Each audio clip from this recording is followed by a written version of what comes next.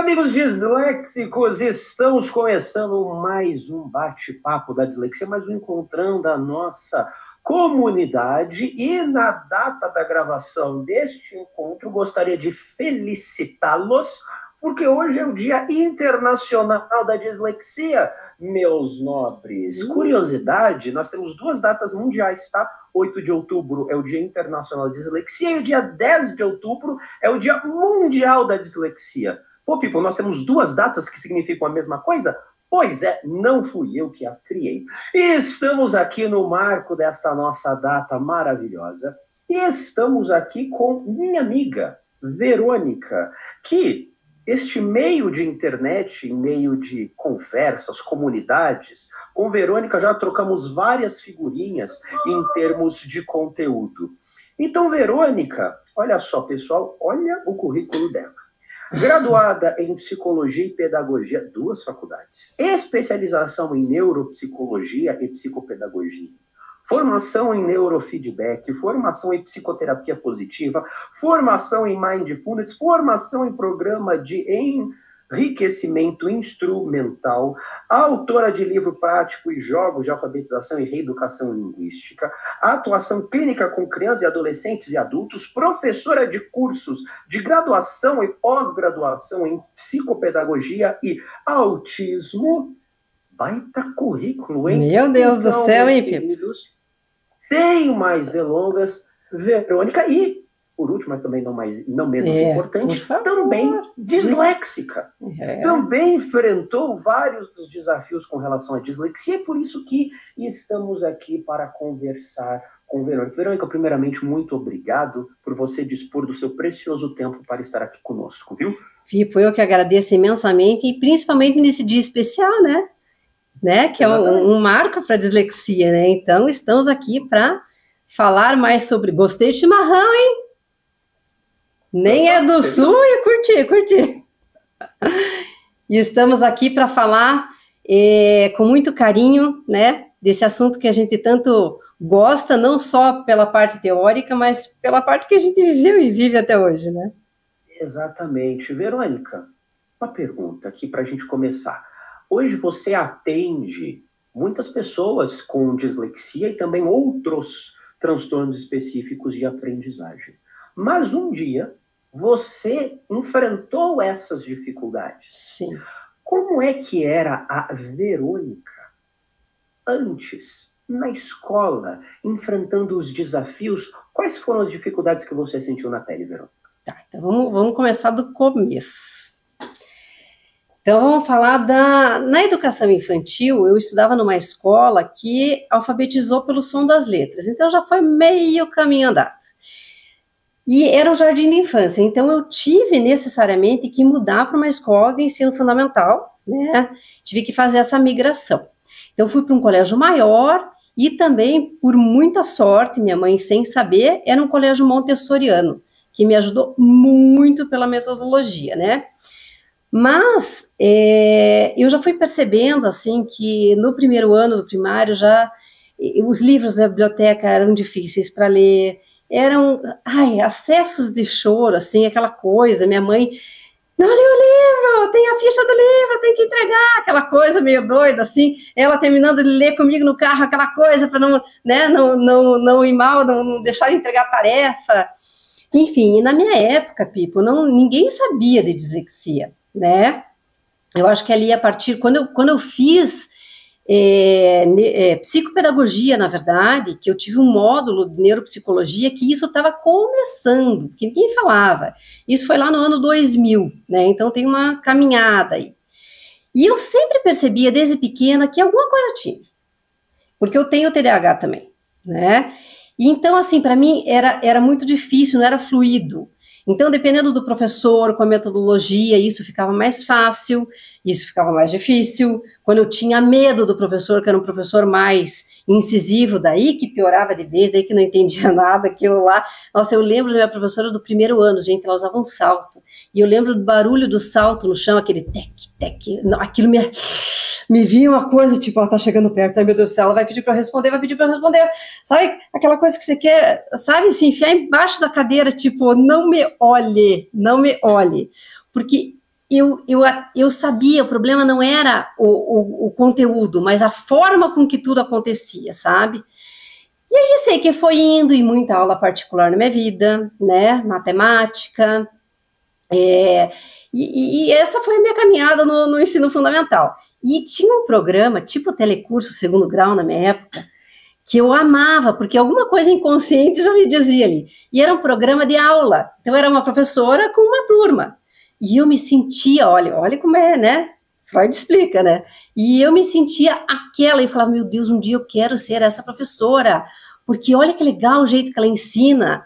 E aí, eu sempre gostei dessa coisa do ensinar. Acho que para também lidar com as minhas questões internas, no sentido de que, né, não conseguem me ensinar, então deixa eu tentar. Então, brincar de escolinha, para mim, era a melhor brincadeira do mundo, sabe?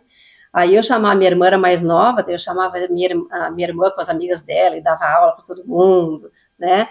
E assim foi, minha infância foi nessa, com muita ajuda, muita aula, mas eu sempre fui muito esforçada, então eu sempre tive isso, né? Então, sempre muito caprichosa. Na escola, o método montessoriano, ele pede muito para copiar várias vezes a mesma palavra, muito ditado, então isso me ajudou muito na questão da escrita, né? E assim, apesar da minha dificuldade na leitura, a partir do 4º ano ali, eu comecei, virou uma chavinha que nossa, meu Deus, eu amava ler, amava, demorava muito mais para ler, mas eu lia livros legais. Eu lembro que teve uma feira do livro na escola mesmo, e chamava Vivi Pimenta, né, a coleção, ou tinha os clássicos da série Vagalume, né, então isso é bem das antigas, né, mas tinha alguns livros ali que eu adorava, sabe, então eu sempre fui muito esforçada nesse sentido. Então a minha caminhada na escola sempre foi um desafio, né, ensino fundamental, mas aí eu continuei na mesma escola, porque o meu colégio ia até o 2º grau, então isso para mim não foi tão difícil, né, então era uma escola assim, apesar de grande, mais acolhedora, né, então eu já fiz magistério no meu ensino médio, na minha época tinha o magistério junto no ensino médio. Comecei a dar aula, então essa vivência de escola, para mim, desde os 14 anos de idade eu trabalho, minha carteira de trabalho, meu primeiro carimbo lá com 14 anos de idade, professora auxiliar, eu adorava. E aí eu ingressei nesse mundo, assim, sabe? Mas sempre buscando, pesquisando para tentar entender o que acontecia. E claro que não tinha resposta, então o que acontece? Fui fazer pedagogia. Também não tive as respostas que eu precisava na época. Aí fui fazer psicopedagogia. Antes, Uhum. No seu momento de você decidir o que fazer da faculdade, pelo que você me falou, você estava muito decidida você sou apaixonada por ensinar, eu sou apaixonada por educação, vou seguir essa linha. Fez magistério, então o caminho natural mesmo era pedagogia. Mas antes de você cursar pedagogia, você se lembra como foi o desafio do vestibular? Porque vestibular, a gente não estuda somente aquilo que a gente gosta, aquilo que a gente é bom.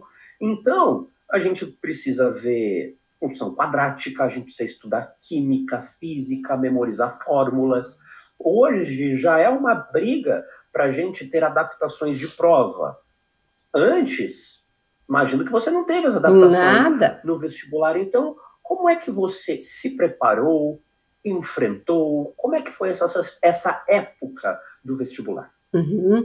E na verdade, assim, parece fluido, sempre gostei da questão da educação, mas no meu primeiro vestibular, eu fiz 3 anos de fisioterapia antes de fazer pedagogia, que era um curso novo, enfim. Tá, mas como que eu me preparei? Assim, e vou te dizer que já fiquei muito de castigo na minha vida, de repente por nota vermelha no boletim, e às vezes eu queria viajar, pipo do céu, você não tem noção. Eu escondia meu boletim, porque daí a minha viagem estava marcada com a minha amiga, né? Eu escondia meu boletim dentro da fronha do travesseiro e falava para minha irmã, só fale para a mãe quando eu estiver lá, quando eu tiver chegado.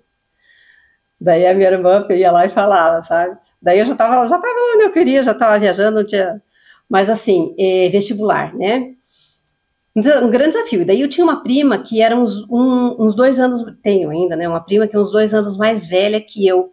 E ela já tinha passado no vestibular e ela é muito boa em exatas. E aí eu lembro na temporada, todo mundo na praia, eu na praia, minha prima na praia, mas eu não podia sair de casa, porque eu tinha que fazer todos os exercícios da apostila. E ela parceira, tadinha, e lá me ensinando, sabe? Então foi um grande desafio mesmo, um grande desafio.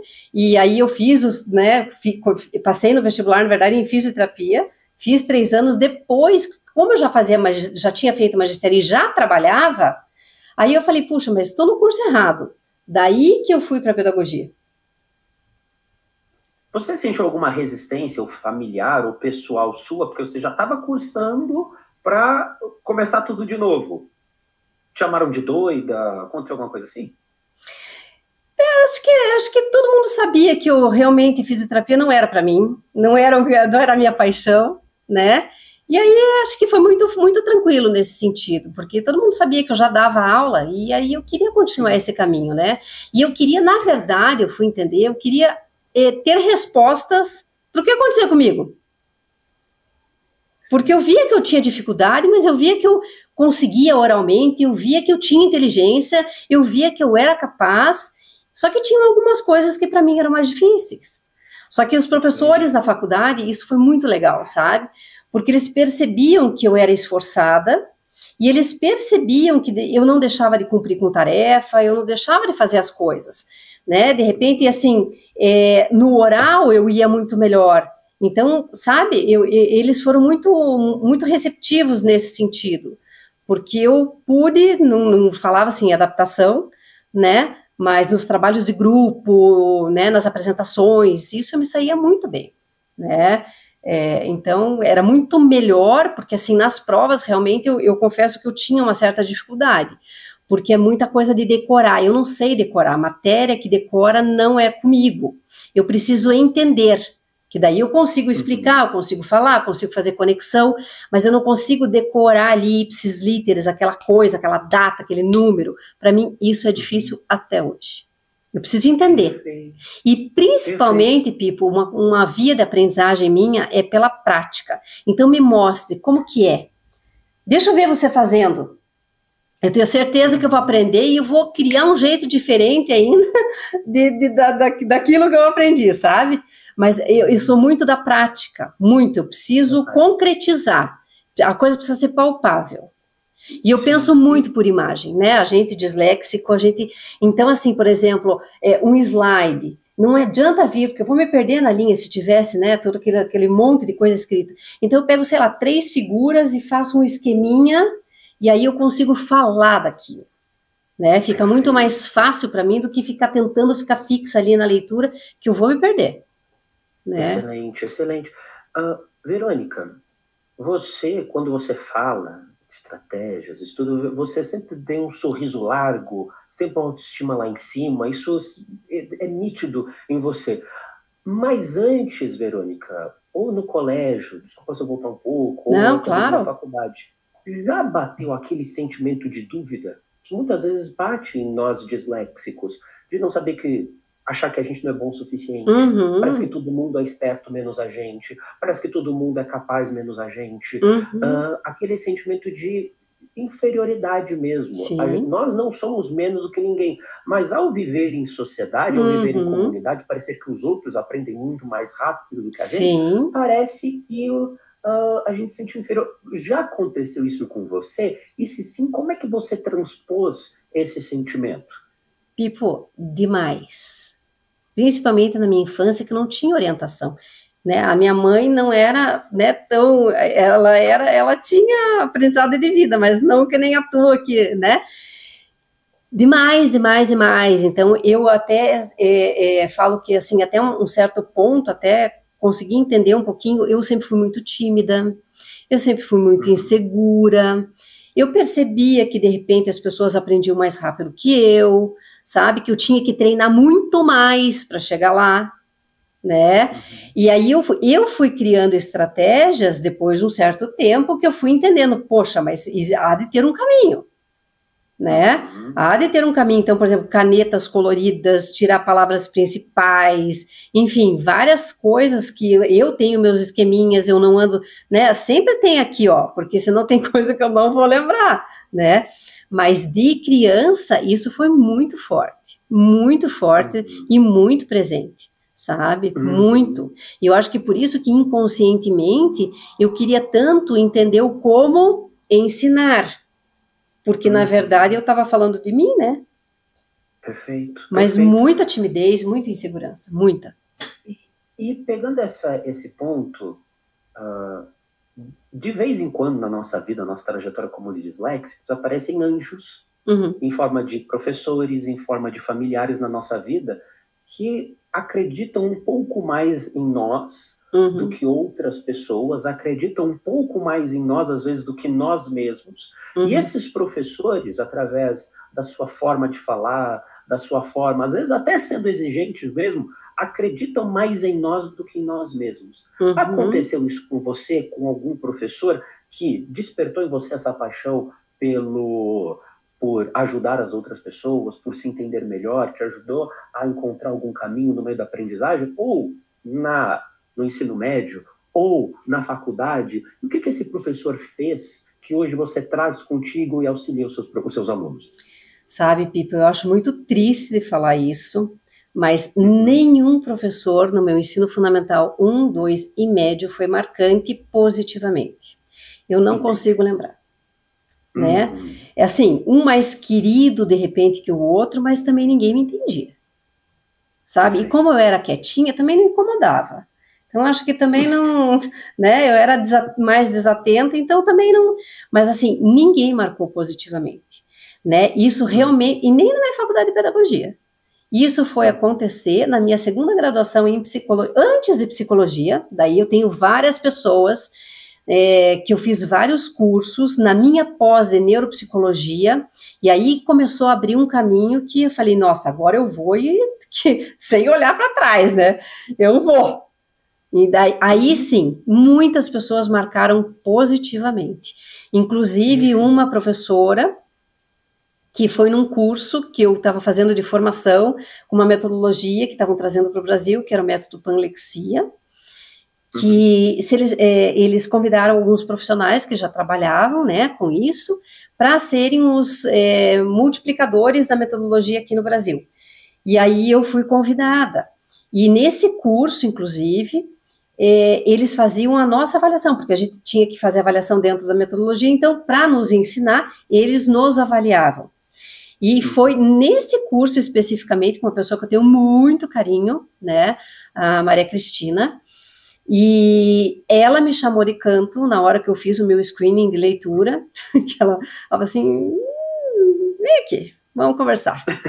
Daí eu falei, eu já sei o que você vai falar, né? E aí, realmente, ali no curso, nesse momento, é que foi realmente batido o martelo, e aí que eu falei, meu Deus, então é isso que eu tenho, né? E aí, sim, sabe, muitos professores marcaram positivamente minha vida. Excelente, excelente. Você, ao finalizar, por exemplo, a pedagogia, quanto tempo entre finalizar a pedagogia e já ir para outro curso de psicologia? Teve um tempo de uns anos ou foi logo em seguida? Foi paralelo? Como é que foi? Não, eu fiz pedagogia, daí eu me especializei em psicopedagogia, aí eu trabalhei assim por uns, 5 anos. E aí eu via que faltava alguma coisa, que eu queria alguma coisa a mais, principalmente na parte de avaliação, né, porque muita coisa é restrito do psicólogo. E aí que eu fui fazer a psicologia. A psicologia. Aí, antes de ir para esse ponto, outra questão que os universitários enfrentam, todos os universitários enfrentam, é do famigerado TCC. Ora faculdades deixam fazer monografia individual, ora é em grupo, depende da dinâmica da instituição e também do curso. Como é que foi para você, antes de chegar no TCC? Prova, você já sabia como estudar, já tinha pegado os macetes de você se organizar com os estudos, e também a segunda pergunta é a questão do TCC. Como foi para você se organizar para o TCC? O que você fez? Nossa, que desafio. Pipo do céu. Foi suado. Mas, assim, na pedagogia foi um artigo e foi em grupo. Então, eu, com as minhas coleguinhas, entendendo da minha dificuldade, falei, gente, eu leio todos os artigos, eu vou falar lá na frente, mas eu não vou conseguir escrever. Eu preciso que vocês escrevam para mim, e aí deixa que eu falo, deixa que eu me viro. Então, e daí elas não queriam falar, então meio que a gente compensou. Porque o meu problema não é ler e compreender devagar e cada capítulo, mas é juntar isso para fazer um TCC. Então, esse desafio de verdade, se eu te falar, eu escrevi, eu vou estar mentindo, tá? Porque eu dei um jeito de me esquivar disso, daí elas escreveram e eu apresentei. Sendo bem sincera. Perfeito, é isso. Eu estou sendo bem sincera. Muito bom, sem problema, sem problema. Gosto de sinceridade. Pergunta aqui, essa foi a organização do TCC. Antes disso, as provas, porque tem aquele maravilhoso momento que é final de semestre, que parece que a caixa de Pandora abre-se no fim dos semestres. É professor que dá prova, que dá tarefa, que dá trabalho, que tem apresentação, aí depois tem prova. Então, tudo se junta, abre-se no final de semestre. É muito desafiante para um disléxico no final do semestre. Como é que você se organizava nos estudos? E que dicas você pode dar para os disléxicos se organizarem nos estudos, independente se for criança, jovem, adulto? Como é que você se organizava e como é que eles podem se organizar? Olha, isso é outra coisa bem importante. Então, assim, eu aprendi na minha vida que eu tinha que ser muito rígida e muito organizada, até hoje. Eu sou muito certinha. Por quê? Porque eu sempre trabalhei. Eu nunca fiz só faculdade. Então, eu trabalhava de dia e fazia faculdade. Né? Ou eu fazia faculdade de manhã e dava aula à tarde, mas, por exemplo, a psicologia eu trabalhava de manhã e de tarde, até porque eu tinha que pagar a minha faculdade, aí eu, né, estudava à noite. Então, assim, o que acontece? Eu tinha que ter tudo muito certinho. Então, eu tinha que saber exatamente todo o roteiro da semana, tudo que eu precisava de trabalho, de prova, e eu tinha que organizar a minha vida no final de semana. E aí, por exemplo, de repente estudar, dar uma revisada, né? Isso eu fazia daí, de repente, sei lá, ou daí eu desmarcava um paciente, ou, sabe, alguma coisa para daí, naquele dia daquela prova, eu já tinha me preparado. E outra coisa que eu fazia, Pipo, eu sempre fui muito de escrever. Então, eu não sei só ouvir porque eu vou esquecer. Eu preciso escrever. Eu aprendi a escrever muito em código, né? Então, por exemplo, da mente, indivíduo, comportamento. Então, e assim, e aí ficou uma coisa tão legal, porque apesar de toda a minha dificuldade, todo mundo queria pegar meu caderno para estudar, porque era muito completo. Só que ninguém entendia o que eu escrevia, porque era tudo em código, só eu que entendia. Então, eu aprendi para escrever rápido a esses códigos, sabe? Então, daí o professor, e assim, cores, me funciona. Então, por exemplo, o que eu copiava do quadro, eu escrevia numa cor. O que o professor falava, eu escrevia de outra cor. Então, eu conseguia me nortear no meu resumo, sabe? E aí, isso me facilitava para estudar no final de semana.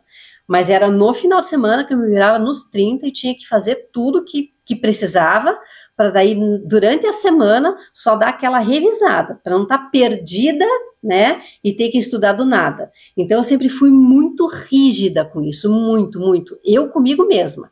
Porque se eu saísse dessa rigidez, eu ia me dar mal. Então, até hoje, eu sou muito quadradinha. Esse insight aqui é muito importante. Estudar escrevendo. Porque se a gente não... Nós disléxicos temos dificuldades na memória. Eu vou chamar memória de curto prazo, sei que o nome técnico não é isso, mas para todos conseguirem entender. Nós disléxicos temos dificuldade com essa memorização de curto prazo. As informações somem. Então, sim, é preciso que nós escrevamos. Se a gente não escrever, a gente não consegue refinar essa memória, a gente não consegue evoluir nessa memória. Então, disléxicos, escrevam. Isso eu assino embaixo, isso no que a professora Verônica falou, porque eu estou na minha segunda graduação em psicopedagogia e eu anoto eu tudo. Também, tudo. É vídeo, anoto. Botei lá um play para ler o PDF para mim, anoto. Eu vou anotando, vou escrevendo, porque se eu anotar, eu não consigo memorizar as informações. Excelente insight. E faço um monte de post-it também, com cor diferente, aquilo que eu tenho dúvida, aquilo que eu entendi, sabe? Então eu tenho um esquema próprio que eu fui me norteando, sabe? E isso me ajuda bastante. Perfeito. Luzia mandou aqui um comentário, abre aspas. Eu, ao contrário, não conseguia memorizar nada, vírgula. E ainda esquecia na hora. Luzia, excelente ponto. Por isso é tão importante, é assaz importante a anotação. Anote textos curtos, tópicos, mas sempre anote para favorecer a sua memorização. E o que te cativou nesse ponto de 5 anos? Você, eu quero algo mais voltado para diagnóstico, porque tem muita coisa restrita ao psicólogo. Porque quando você faz pedagogia, você tem um leque de opções na sua frente. Pedagogia, você pode tanto ir para a coordenação de escola, educação básica, trabalhar em diversos outros ramos. E o que te levou, o que te cativou para ir para essa parte de diagnóstico? Com esse curso do Panlexia que você fez, você precisava ajustar. O que te levou a essa segunda graduação? Como eu, na psicopedagogia, eu já fui para a área clínica, né? Então, quando eu fiz psicopedagogia, eu já fui nesse caminho. E eu sempre fui apaixonada pelos transtornos de aprendizagem, por essa área, assim. Eu trabalho em intervenção, reabilitação, mas a avaliação sempre foi minha paixão, assim, sabe?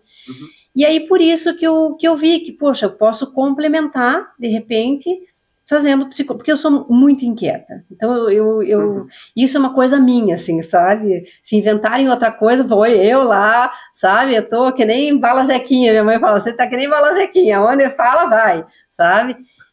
Não sou de perder oportunidade, assim, então eu acho que veio a somar, sabe? Tudo aquilo que eu tinha de conhecimento, eu só consegui lapidar um pouquinho mais, sabe? E eu acho que super complementou, assim, sabe? E na sua segunda graduação, você já estava... Você sentiu desafios como mais um curso, mais uma graduação? Tirou de letra? Teve os seus momentos desafiantes de prova, trabalhos, mais TCC, outro TCC? Como é que foi essa vida na outra formação, na outra faculdade? Então, daí como eu já tinha uma caminhada profissional, a psicologia, assim, foi para mim muito tranquila nesse sentido.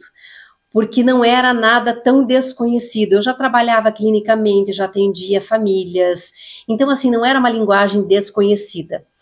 E eu sempre fui muito apaixonada pela psicologia em si, então, o que eu não sabia estudar não era um problema, era um prazer, né? Perfeito. Então, mas do TCC também, dei aquela... O TCC também foi desafiador. Foi desafiador.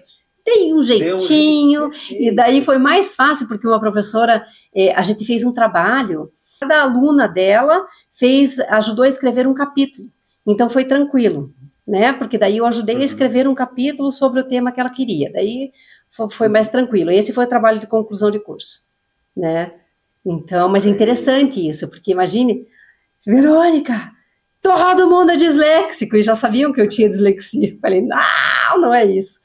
Daí eu ajudei, tinha uma professora dentro da unidade, e daí eu até peguei o método Panlexia, que eu não tinha desenvolvido o raciocínio alfabético ainda, e daí ensinei para ela, e daí a gente conseguiu alfabetizar os meninos. E eles conseguiram aprender a ler e a escrever. Excelente, excelente. Aí, só fazer aqui traçar um paralelo aqui, vamos sair um pouco da linha da sua timeline para abrir aqui um braço.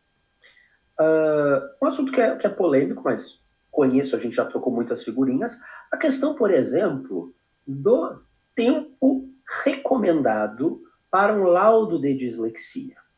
Porque, se a gente vê os manuais não falam numa data específica. Mas também não dá para ser muito antes. Diversos, vamos dizer assim, profissionais, vamos dizer assim, que analisam os manuais, escrevem artigos, não pode ser muito antes, justamente por esse tempo de alfabetização. Tem um tempo. Então, o que você pode trazer de insight para a gente quando apresenta sinais com 5, 6 anos? Pode, não pode dar diagnóstico nessa data? Tem uma data mais recomendada? Você, esse seu tempo profissional de trabalho, atendimento, o que você pode dizer para a gente sobre isso? Não, e tem muitos indícios, sim, que eu acho que se as professoras, as escolas tivessem isso mais claro, de repente seriam alunos que poderiam ter uma atenção né, especial. Então, aquela criança que confunde número com letra, aquela criança que tem dificuldade para memorizar sequências, a criança que tem dificuldade com rimas, em soletrar palavras, com ritmo, né? Então, acho que tem bastante coisa, assim, que dá para a professora, aquela criança que tem uma dificuldade de orientação espacial, né? De repente não se localiza na data, não grava a data do aniversário, enfim. Tem vários indícios, assim, que eu acho que são importantes, né? E são tido como um preditor mesmo, né? Para lá na frente, de repente, né, fechar o diagnóstico. Fechar o diagnóstico. Aí, fechar o diagnóstico mais lá na frente é justamente por isso. Porque, basicamente, temos um tempo de alfabetização. Época da alfabetização, majoritariamente, todas as crianças têm dificuldades parecidas. Raros são aquelas crianças que leem muito rápido. Uhum. Então, por isso que tem que tomar cuidado entre uma dificuldade comum da idade e a dislexia. É bem isso mesmo? Estou na linha de raciocínio certo ou estou falando besteira? Não, perfeito. E assim, Pipo, uma outra coisa que eu acho que também ajuda, de repente, é a alfabetização dependendo da metodologia. Eu acho que isso também interfere, né? A gente sabe que, de repente, uma metodologia mais efetiva, mais pelo som das letras, né? De repente, pelo método global, isso não é efetivo. A gente sabe que né, o Brasil ainda insiste nessa metodologia, mas Estados Unidos, Europa, né, eles já entenderam, né, que de repente não é o método mais eficiente, né, e uma coisa que eu também falo, por exemplo, quando o paciente vem muito novo e de repente já passou pela alfabetização, mas eu sei que é o método global, eu falo, vamos fazer uma intervenção antes, me dá 1 ano aí de trabalho. 6 meses, para a gente entender o que fica. Porque o disléxico, mesmo com a metodologia adequada, tem coisas que vão ficar. Tem muitas coisas que melhoram, mas é diferente da criança que, de repente, não tem a dislexia. Né? É um caminho diferente, porque daí ela entendeu o processo, a coisa vai. Né? Perfeito. A dislexia é um transtorno. Se não ficasse, não seria um transtorno, né? Então, tem coisas que ficam.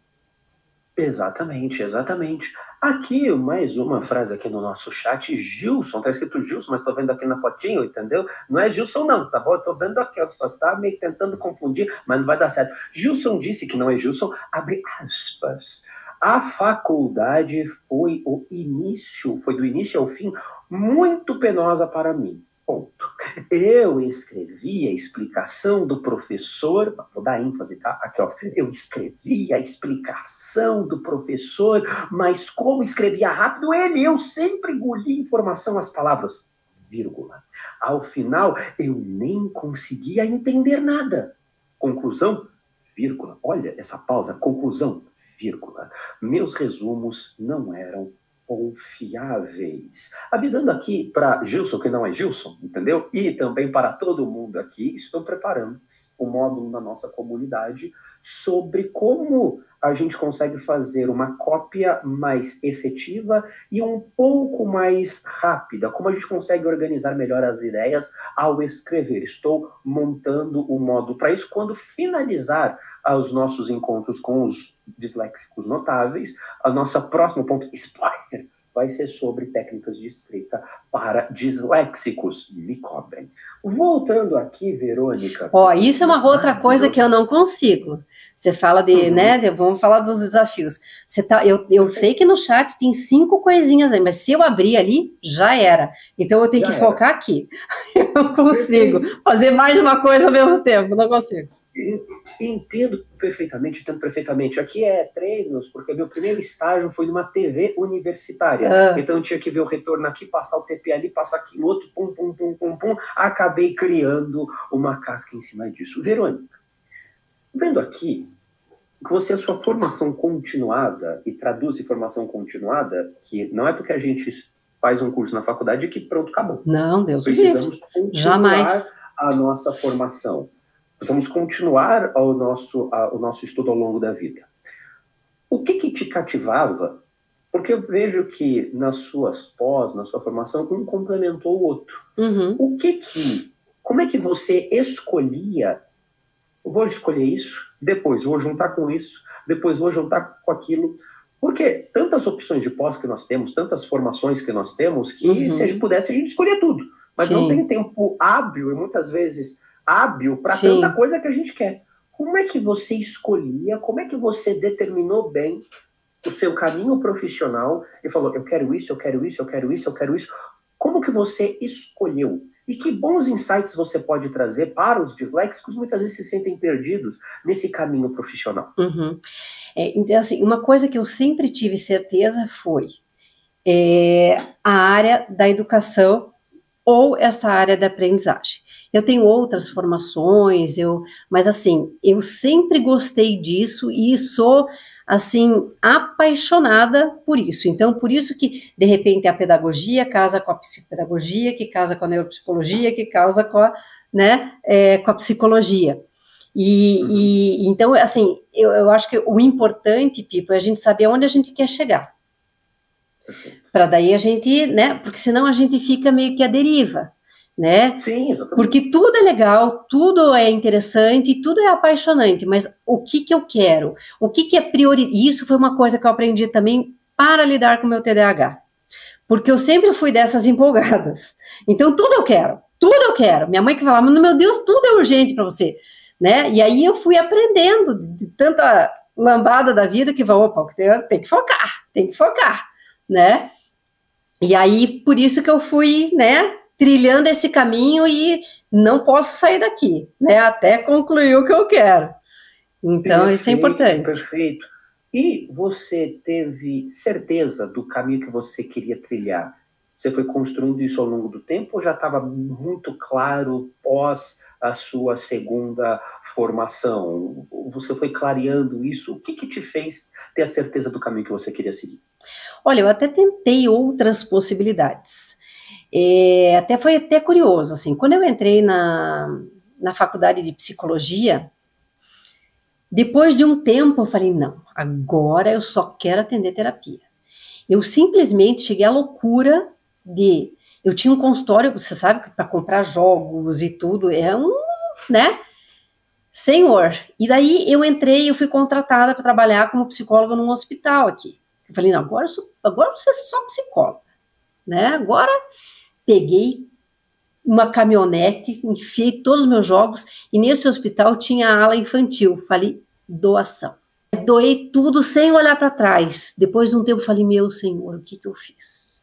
Daí fiquei no hospital por um tempo, mas assim, nunca eu deixei de ser procurada, de repente, para atender essa demanda. Então, eu nunca consegui falar, agora virei as costas, não. E essa é minha paixão. Então, eu até tentei fugir dela, para trilhar novos caminhos, mas assim, chegou uma hora que ficou insustentável. Eu falei, meu Deus, eu gosto de fazer isso. E eu sei que eu posso ajudar, principalmente criança, porque é uma coisa que mexe muito comigo, sabe? Então, larguei do hospital, falei, vou voltar para o consultório, tive que comprar tudo de novo. Falei, ai meu Deus, que prejuízo. Falei, não, mas fiz muita criança feliz doando, fazendo as minhas doações. Mas, então, assim, apesar de ter a certeza, eu tentei outras possibilidades, mas não fui feliz, não fui completa. Feliz fui, mas não completa, porque me faltava, Então, voltei. Excelente. Recebemos aqui mais perguntas aqui no nosso chat. Carolina pergunta, abre aspas. Verônica, vi que você tem formação em neurofeedback. Você entende que o neurofeedback traz bons resultados para o disléxico? Interrogação. Poderia falar um pouco mais sobre? Posso. Então, eu procurei o neurofeedback, assim, também, não só para o consultório, mas para mim. Porque eu queria melhorar, assim, até a questão do meu TDAH, sabe? Eu já tomei medicação um tempo, e não me fazia bem. Então, eu queria, de repente, uma coisa alternativa, porque não me fez bem e eu precisava melhorar isso. E aí eu fiquei sabendo... Neurofeedback, para quem não sabe, desculpa cortar, para quem não sabe, neurofeedback é eletroestimulação, correto, Verônica? Perfeito. Sintetizando em ipsis literis, eletroestimulação em regiões específicas do cérebro. Por favor, pode continuar. Isso mesmo.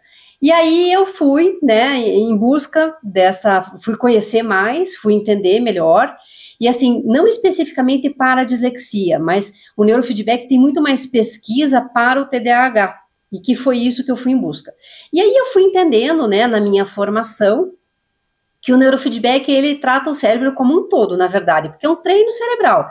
Então, a gente faz um mapeamento por eletroencefalograma, né, e a gente vê esse funcionamento de áreas, né, cerebrais. Então, por exemplo, de repente, o lado esquerdo, ele tem que funcionar numa frequência um pouquinho mais alta do que o direito, pode ser que isso esteja invertido, né, no TDAH, pode ser que eu tenha um excesso de onda lenta no pré-frontal, né, e assim, a gente, com o mapeamento, a gente entende este funcionamento, né?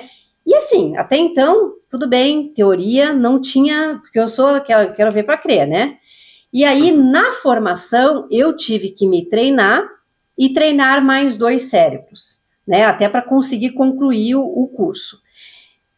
E Pipo foi uma coisa tão mágica, porque assim, eu sou muito acelerada, eu sou muito sedenta de tudo, e eu era muito insaciável. E eu dormia muito pouco. Tudo que eu produzi na minha vida, eu tinha um filho só até então, na época que eu fiz. Meu marido, ele é médico, então ele dava plantão e falava, agora eu vou varar a madrugada, né? Porque daí ele não estava em casa. E aí eu não dormia. Então eu era essa pessoa. E eu falo que a minha vida é uma antes do neurofeedback e outra depois, né? Porque daí eu aprendi a dormir. Eu treinei o meu cérebro, eu baixei isso. E assim, 11 horas da noite me dá falta de ar. Eu falo, preciso dormir, preciso dormir, preciso dormir. Falei, não sei se foi bom ou ruim, porque agora de madrugada eu não produzo mais. Eu tenho que achar um tempo durante o dia, senão a coisa não vai, né? Mas também, para a questão da dislexia, né? Isso melhorou também. Não exatamente a fluência de leitura, mas a minha capacidade de foco para compreender, né, aquilo que eu leio. Então, é muito interessante, porque o neurofeedback, a gente coloca os eletrodos e a gente assiste um filme, né? Então, muitas vezes eu assistia filme e pensava em outra coisa, desfocava, e quando eu fazia neurofeedback, meu Deus, parecia que o efeito do metilfenidato, o efeito da Ritalina. Falava, meu Deus, mais um episódio, mais um, né? Porque daí é aquela coisa que você tá focada, assim, sabe? Então, realmente, isso foi muito importante ter passado por essa experiência, porque eu sou muito assim, eu preciso entender para depois reproduzir, né? Perfeito. E aí eu comecei a perceber que realmente, poxa, então agora posso treinar alguém. Então eu fui tendo resultados muito interessantes no consultório, né? E até de paciente de psicoterapia, sabe aquele paciente que fica andando em círculo? Que, né, já tá aí 1, 2 anos, 3 anos, e eu sou meio aceleradinha, então 1, 2 anos falando a mesma coisa, eu falava, vamos fazer neurofeedback por um tempo? Né? Daí tirava da terapia, fazia neurofeedback, e quando eu voltava para a terapia, assim, muitas conexões diferentes aconteciam, sabe? Então eu acho assim, é uma técnica, um recurso a mais que a gente tem, que é não medicamentoso, não invasivo, né? Mas ele não é milagroso, tá? Então, assim, sou bem pé no chão com relação a isso. Então, tem pessoas que eu tive excelentes resultados, tiveram pessoas que tiveram resultado não tão dentro do esperado. Então, assim, tudo depende. Mas é uma técnica muito interessante. É uma ferramenta a mais que a gente tem, né? Excelente. Muito bom. Verônica, vamos para um lado mais profissional agora. Estamos encaminhando para o finalzinho, mas é um lado mais profissional. Você falou, por exemplo, clínica, consultório.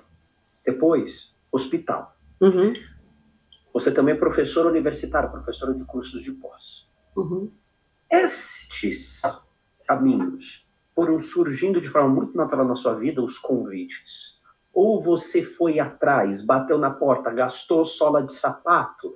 Eu quero trabalhar em um hospital. Você, sei lá, dava um jeito de achar o contato do presidente do hospital, me contrate. Ou você tinha contato dentro da universidade.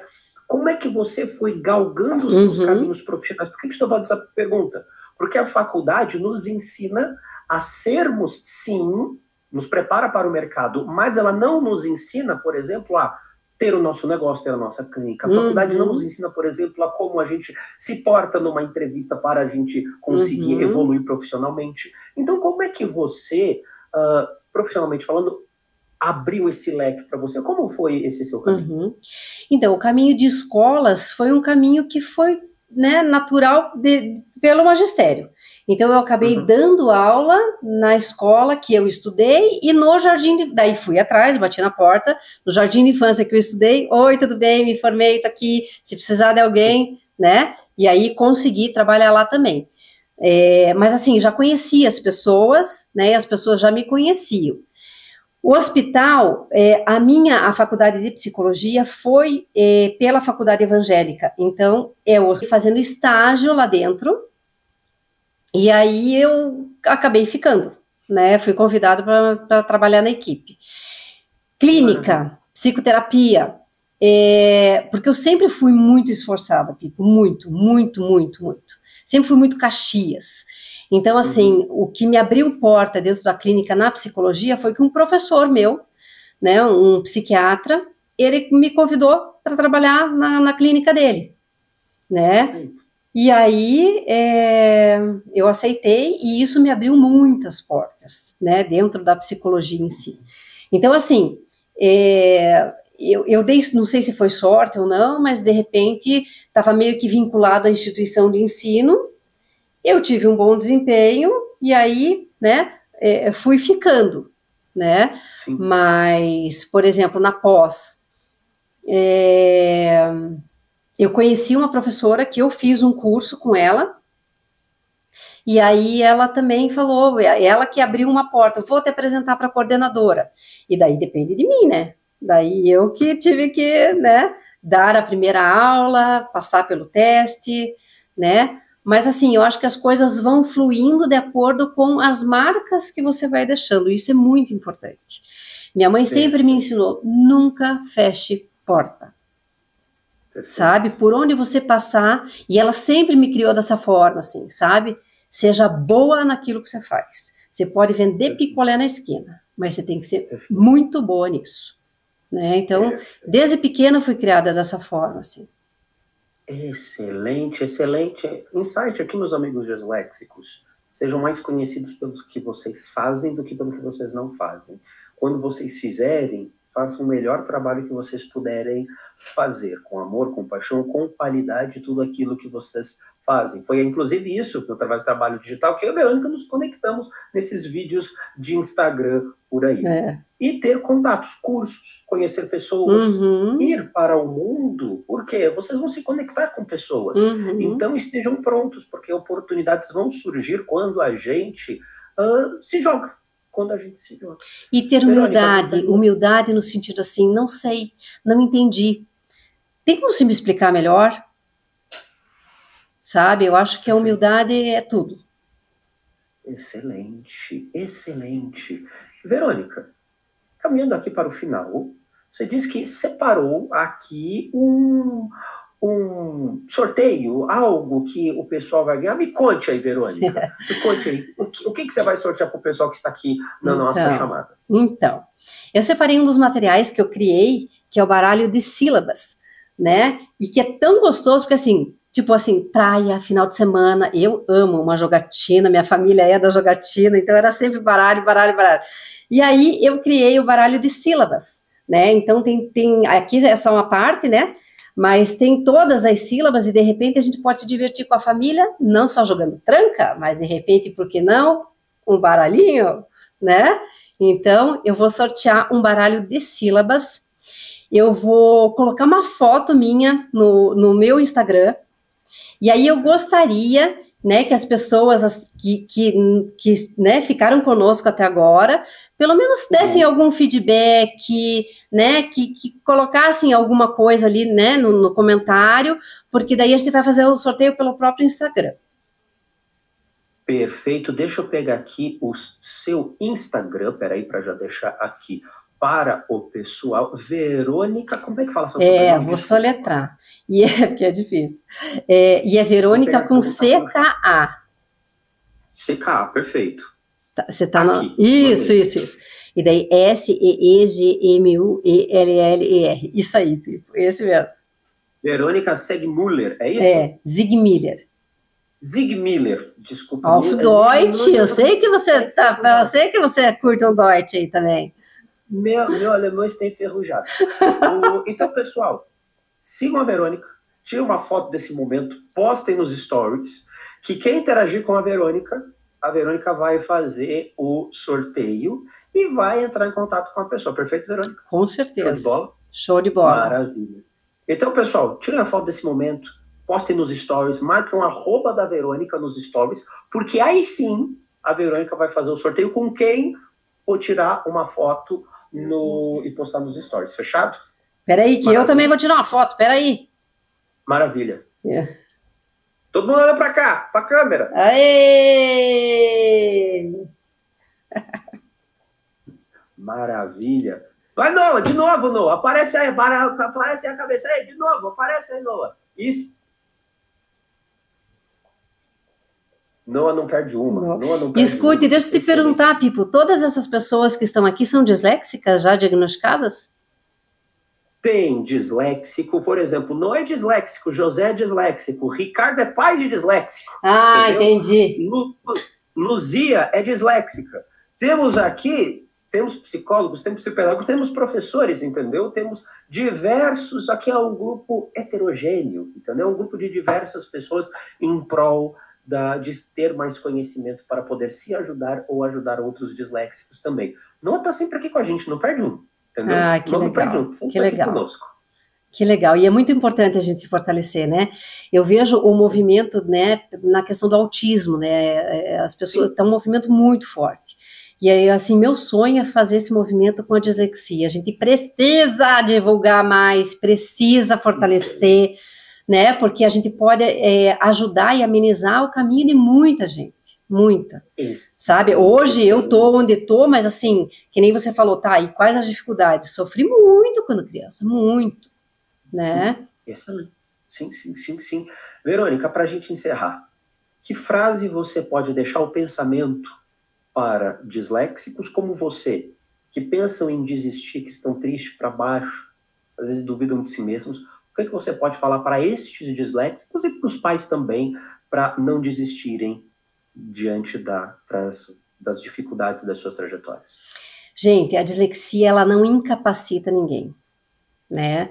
Então, assim, sejam persistentes. De repente, não é pela via, né, a qual está sendo apresentado algo, mas a gente tem que achar uma via alternativa, porque a gente vai conseguir, a gente consegue sempre. Pode demorar mais, pode demorar menos, a gente pode precisar de ajuda no meio do caminho, mas isso não quer dizer que a gente não consiga.